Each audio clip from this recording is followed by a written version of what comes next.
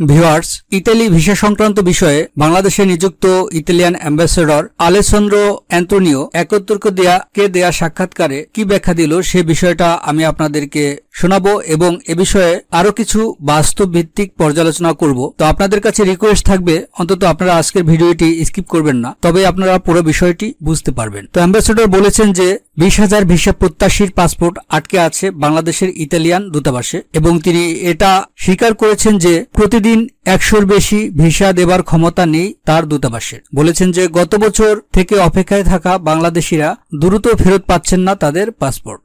এ বিষয়ে Antonio Alessandro বলেন, মূলত ৫ কারণে ভিসা দিতে দেরি হচ্ছে। জমা দেয়া ৫টি নুল্যস্তার মধ্যে একটি সঠিক নয়, যা যাচাই বাছাই করতে সময় দরকার। গেল বছর জুলাইয়ের পর আবেদনের সংখ্যাটা এতটাই বাড়ে যে আমাদের লোকবল এটি সামাল দিতে পারছে না। মধ্যস্বত্বভোগীরা বড় অঙ্কের টাকা নিয়ে মিথ্যা স্বপ্ন দেখান প্রবাসীদের। কাজের ভিসা ছাড়াও অন্যান্য ভিসার চাপও বেড়েছে এবং রাষ্ট্রদূত বলেন যে ইতালি সরকারকে কর্মী সংখ্যা বাড়ানোর জন্য আবেদন করা হয়েছে। এ ব্যাপারে তিনি আরও বলেন, আমি দুঃখিত দেরি হবার জন্য। এখানে ভিএফএস গ্লোবালের কিছু করার নেই। ভিসা আবেদনকারীরা যতই আন্দোলন করুক, এটি দূতাবাসের সমস্যা। প্রতিদিন ১০০-এর বেশি পাসপোর্ট দেয়া আমাদের পক্ষে সম্ভব নয়। এবং তিনি বলেন যে বর্তমানে ইতালি যাবার জন্য মূল পাসপোর্ট জমা রাখতে হয় না, এছাড়া আবেদনের পরই কাজের অনুমোদনের মেয়াদ শেষ হয় না। তো ভিউয়ার্স, এ বিষয়ে আমি আপনাদেরকে একটু বলতে চাই যে ভিএফএস গ্লোবাল ১৫১টা দেশে তাদের ভিসা প্রসেসিং এর কার্যক্রম করে থাকেন। এক প্রকার বলতে গেলে মনোপলি বিজনেস করেন তারা এবং প্রথম পর্যায়ের প্রতিষ্ঠান ভিসা প্রসেসিং এর ক্ষেত্রে। তো আপনারা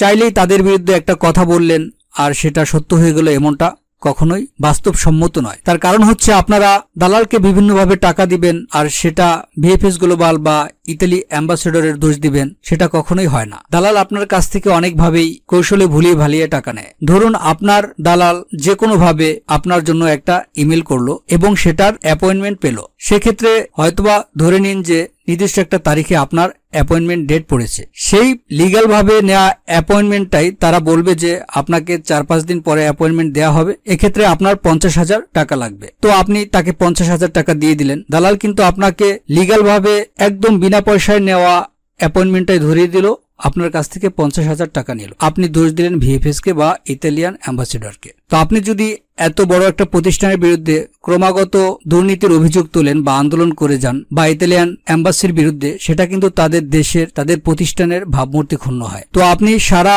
বছর আন্দোলন করে যা না করতে পারবেন, তাদের একটা সিদ্ধান্তই আপনার সেই ক্ষতি করার ক্ষমতা তারা রাখে। দ্বিতীয়ত আমি বাস্তবতাটা আপনাদেরকে একটু তুলে ধরবো। টোটাল ২০২৪-এর কোটা হচ্ছে ১,৫১,০০০ এবং সেটা ৩২টা দেশ থেকে নেওয়া হবে। তো আমরা যদি একটু সমান ভাগে ভাগ করি তাহলে সেখানে আমাদের কোটা দাঁড়ায় ৪,৭১৮, ধরে নিলাম ৫,০০০। যদি আমরা ৩ গুণ করি সেখানে ১৫,০০০ হবে। সেক্ষেত্রে আমরা কি করেছি একটু ভেবে দেখেন। ২০২৪ সালে ৪৫%, ২৩ সালে ৬৩% আমরা নিয়ে নিয়েছি এবং ২৪ সালে ৫১% আমরা নিয়ে নিয়েছি। যদি ধরতে যান তাহলে ৩২টা দেশের ৩১টা দেশের কোটা আমরা ভাগিয়ে নিয়ে নিয়েছি।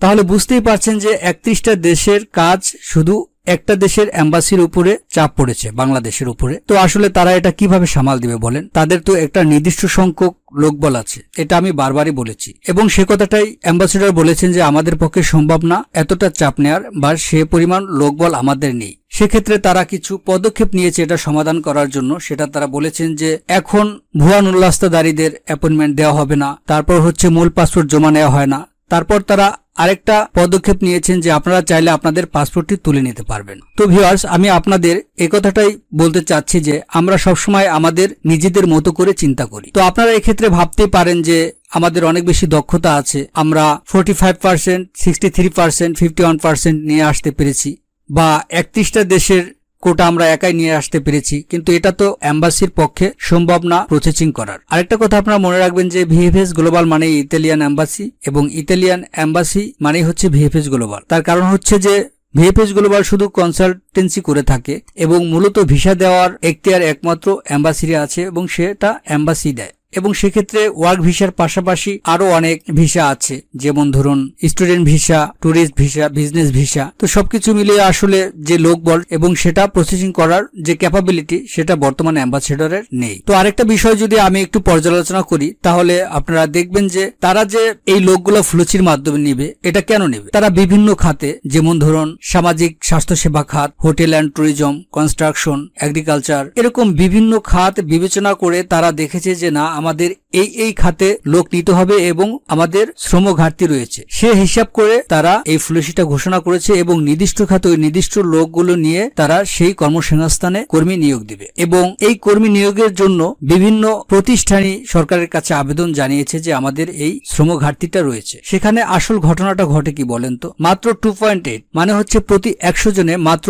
একজন যে নির্দিষ্ট ওই কোম্পানিতে কাজ করে, আর বাকি 98 জন বা তারও বেশি তারা হয়তোবা অন্য কোনো দেশে চলে যায়, হয়তোবা তাদের নিজেদের মতো করে অন্য কোনো কোম্পানিতে কাজ করে। তো এক্ষেত্রে তাদের কিন্তু এই নির্দিষ্ট শ্রম ঘাটতিটা রয়েই যাচ্ছে। তো আমাদের তারা কেন নেবে বলেন? তো ভিউয়ার্স, আমি আবারও বলতে চাই যে আমরা সবসময় আমাদের নিজেদের মতো করে চিন্তা করি, আমরা পুরো বিষয়টা ভেবে দেখি না। তো ভিউয়ার্স, এই ছিল আজকের আলোচ্য বিষয়। আপনারা চাইলে চ্যানেলটি সাবস্ক্রাইব করে রাখতে পারেন। তার কারণ হচ্ছে যে আমি সবসময় চেষ্টা করি সবকিছু পর্যালোচনা করে সঠিক তথ্যটি তুলে ধরার জন্য। ধন্যবাদ সবাইকে, ভালো থাকবেন।